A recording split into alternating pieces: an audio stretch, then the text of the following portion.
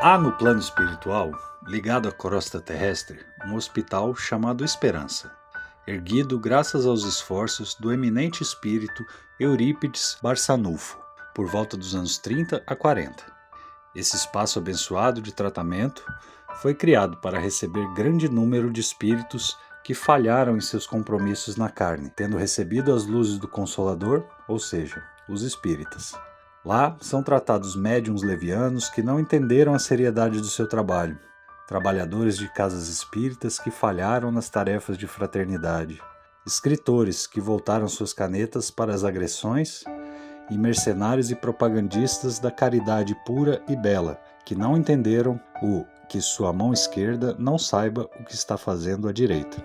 Lá recebem eles tratamento para o coração, entendem seus erros, descobrem a si mesmos e são redirecionados para o verdadeiro amor cristão. Hermance Dufault, uma das diretoras desse hospital bendito, tem a oportunidade de nos trazer, no livro Escutando os Sentimentos, escrito por Vanderlei de Oliveira, importantes reflexões. No capítulo Carta de Misericórdia, ela começa nos lembrando do ensinamento do Cristo.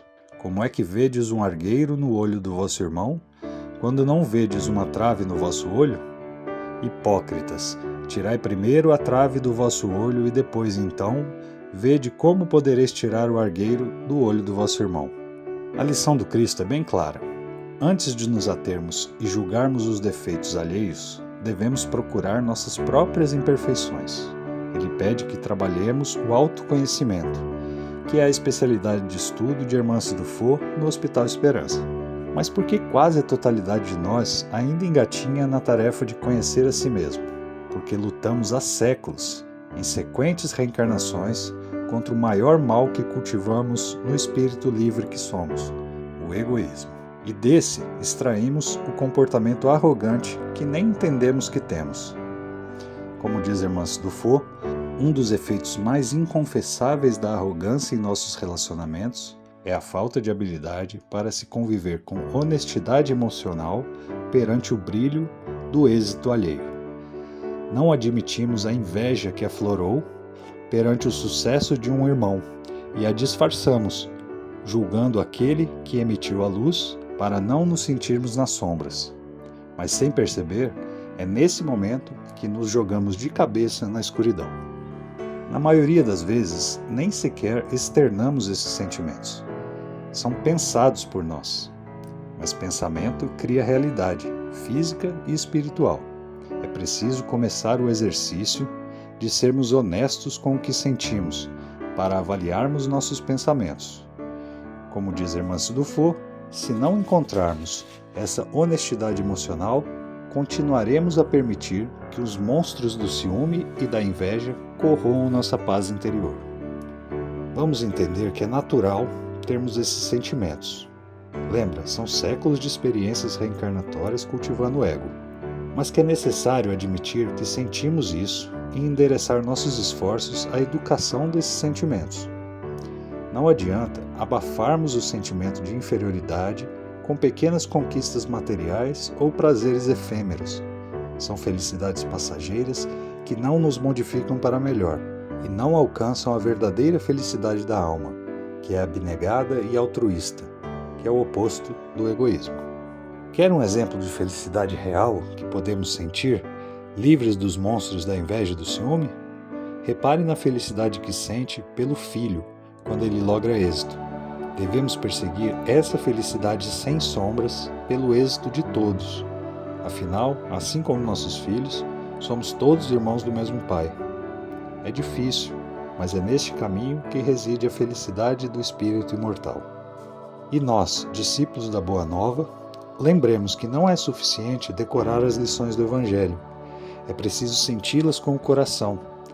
O coração humano, como mostra a pesquisa científica de 2020, possui seu próprio sistema nervoso, com mais de 40 mil neurônios a se comunicar com o cérebro.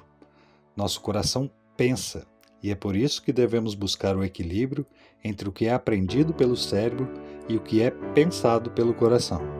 Não é à toa que estados mentais de ansiedade podem causar doenças cardiovasculares. E Hermance Dufault elege aquele que deve ser o capítulo do Evangelho mais estudado com os neurônios do coração. Bem-aventurados os misericordiosos. No Hospital Esperança, Dona Modesta desenvolve uma atividade de fidelidade aos sentimentos, chamada Tribuna da Humildade, onde pacientes fazem depoimentos, cartas, pedidos de perdão e contam histórias de vida, como forma de cuidar dos sentimentos secretos não admitidos em vida. Nessa tribuna, foi lida uma carta por um espírito que havia sido um destacado líder espírita quando encarnado. Em resumo, ele dizia: lamento que tenha descoberto tão tarde o quão bem me faz falar dos meus sentimentos.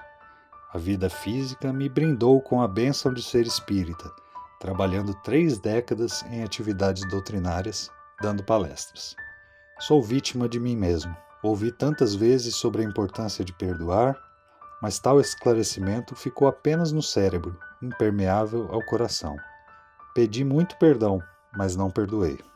Quando a lembrança de alguém desperta maus sentimentos, estamos magoados. E segundo Dona Modesta, a mágoa que permanece mais de 1 hora na cabeça desce para o coração. 60 minutos são suficientes para perguntar a nós mesmos por que nos magoamos e descobrir em nós o próprio remédio para nos curarmos. Faltou-me honestidade para admitir que fiquei magoado, porque fui invejoso, ciumento, competitivo e avesso a críticas, que meu orgulho me impediu de admitir que outras pessoas fossem tão boas quanto eu naquilo que fazia.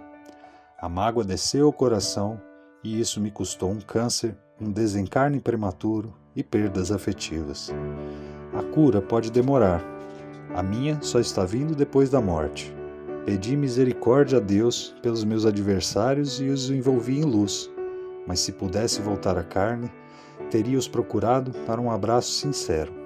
Como é doloroso tomar contato com nossas ilusões. Quanta arrogância desnecessária em uma obra que nem nos pertence. Hoje, creio sinceramente que se concedermos apenas 1 hora para analisarmos as imperfeições e usarmos o restante do tempo para nos amar, a vida nos prestigiará com mais motivos para ser feliz. Penso muito em Jesus. Essa tem sido a minha força. Saber que o Mestre ainda conta comigo tem sido meu descanso, minha motivação. Quando nosso amigo espiritual diz: pedi muito perdão, mas não perdoei, é importante lembrar o que Emmanuel diz: perdão é o esquecimento de todo o mal. E Haroldo Dutra nos esclarece: esquecer o mal não é esquecer a pessoa ou o fato, mas conseguir pensar neles sem sentir o mal que nos fizeram. É difícil? Muito. Pequenas ofensas somos capazes de esquecer o mal em algumas horas ou dias depois. Grandes maldades ou traumas aferidos podem demorar anos, décadas ou até mais de uma encarnação para conseguirmos. Mas é o que precisamos tentar. Pedir perdão é importante. É uma oportunidade que damos ao outro de perdoar. Mas perdoar é mais importante e não depende de um pedido de desculpas. Perdoar é o único presente que damos, mas que quem recebe somos nós mesmos. E sobre sentirmos inveja da luz alheia, podemos pensar: já sei, vou sair elogiando todo mundo e pronto. Será?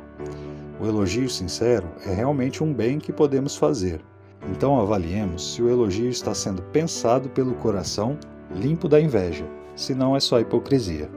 O filósofo Clóvis de Barros Filho conta que escutou de um professor uma afirmação: os circuitos de consagração social serão tanto mais eficazes quanto maior for a distância social do objeto consagrado.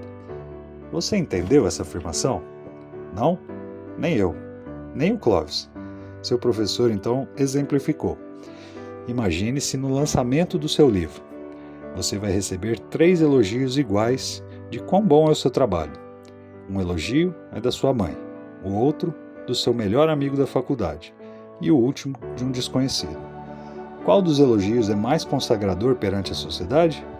O do desconhecido, responde Clóvis. E então, retorna ele a frase compreendendo que o desconhecido é a maior distância social da pessoa consagrada. E o professor ainda pergunta: portanto, qual o elogio que menos consagra? O de si próprio, concluem eles juntos. Talvez o professor tenha razão quando se refere à consagração perante a sociedade doente e egoísta. Mas esse elogio do estranho pode estar repleto da energia do ciúme e da inveja. Esses filósofos leram inúmeras obras de pensadores encarnados e talvez tenham esquecido de estudar a obra da espiritualidade. Afinal, qual será mais confiável? As informações de mentes brilhantes, mas solitárias? Ou a Bíblia, com seus 66 livros, escrito por mais de 40 autores ao longo de 1600 anos? Ah, mas a Bíblia tem muita alegoria e muitas parábolas difíceis de se interpretar.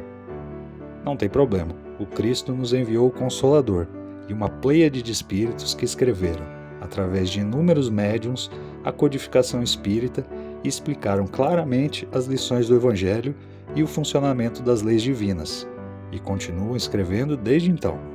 Se eles lessem essas obras, inclusive os estudos feitos por Manso Dufour no Hospital Esperança, chegariam à conclusão inversa.